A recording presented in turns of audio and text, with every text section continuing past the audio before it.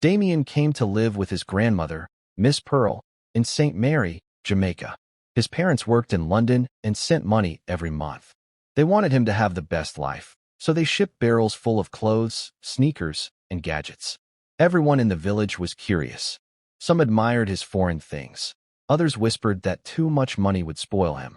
Damien did not care. He walked with his head high, showing off his gold chain. Miss Pearl worried inside. She knew her grandson had pride, but she hoped the village would teach him humility. Damien was not like the other boys. While they played barefoot in the dusty street, he wore expensive sneakers. When they carried bags of yam for their mothers, he laughed and said such work was beneath him. At school, teachers tried to guide him, but he argued back, using big foreign words. The children were drawn to him because he always had money to buy snacks. Yet, behind their smiles, some felt jealousy. Miss Pearl often said, "Damien, respect is worth more than gold." He would shrug, replying, "Grandma, I don't need respect. I have money." Soon Damien's yard became the place to be. He played loud music on his foreign speaker. Children and teenagers came to sit, eat patties, and drink sodas he bought.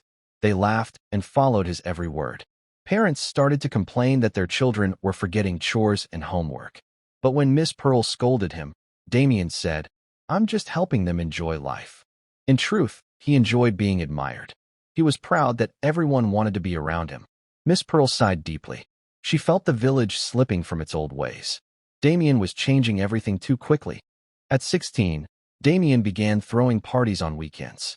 Music blasted until morning. Boys who once ignored him now treated him like a leader. Girls from nearby villages came too. Rum and beer flowed, though Miss Pearl begged him to stop. He laughed, saying, "It's just fun, Grandma." But for the village elders, it was not fun. They said he was leading the youth astray. Some parents kept their children locked inside at night, but others allowed them to go, fearing their children would be left out. Damien enjoyed his growing power, not seeing the danger ahead. One Sunday after church, the elders gathered under the almond tree. They spoke about Damien. Pastor Brown shook his head. "The boy is destroying discipline. If we don't act, the whole village will suffer." Others agreed. Miss Pearl sat quietly, ashamed but helpless. She had raised him as best she could, but money from abroad had made him proud. Some elders suggested speaking to his parents. Others wanted stricter punishment, but no one knew how to stop him. The truth was, many young people were already under his influence, and they listened more to Damien than their elders. Damien's behavior at school grew worse. He mocked teachers and encouraged classmates to skip classes. He paid for food and promised his friends easy money. Soon, boys who once studied hard began to change. Teachers reported him to Miss Pearl, but she was tired. She told Damien to listen, yet he laughed and said, "School is boring. I'll get rich like my parents without it." The headmaster called a meeting, warning Miss Pearl that Damien could face expulsion. Still, Damien did not care. He was enjoying being in control. His name was now on everyone's lips. At first, his friends loved him for his money and gifts. But slowly, envy began to grow. Some boys felt used, while others hated his arrogance. "Why should he act like he's better than us?" they whispered. Yet they still stayed close, hoping for more favors. The girls who came to his parties liked the excitement, but feared his temper. Miss Pearl noticed the change.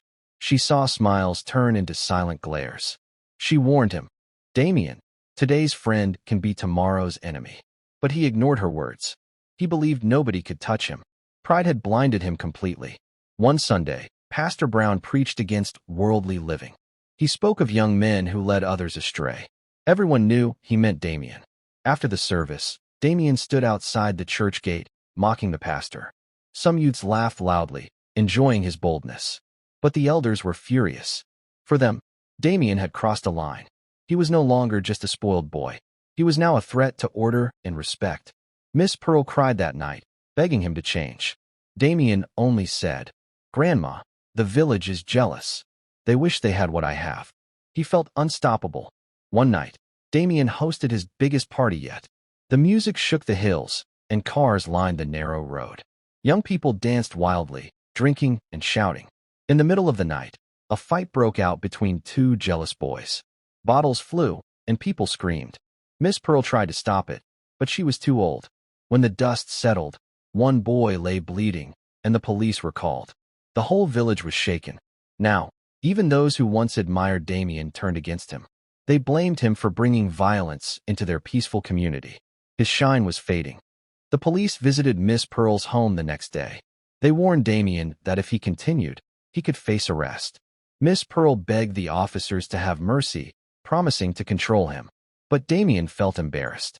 For the first time, he realized people were afraid of him, not out of respect, but out of anger. Still, he refused to change. "They can't touch me," he told his friends. "My parents will protect me." Yet inside, he felt uneasy. The village was no longer smiling at him. Doors were closing. His influence was turning into isolation. The elders gathered again. This time, their decision was final.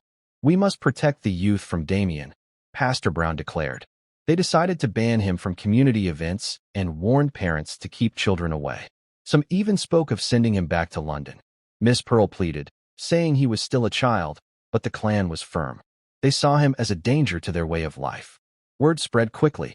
Damien's empire of influence crumbled. Those who once followed him now avoided him. He felt betrayed, but it was the fruit of his own actions. Damien sat alone on the veranda, the music box silent. The boys who once followed him no longer came around. The girls ignored him. Even his best friend stopped answering his calls. Miss Pearl sat beside him, her eyes full of sorrow. "Me tell ya, Damien, respect lasts longer than money," she whispered. For the first time, he lowered his head.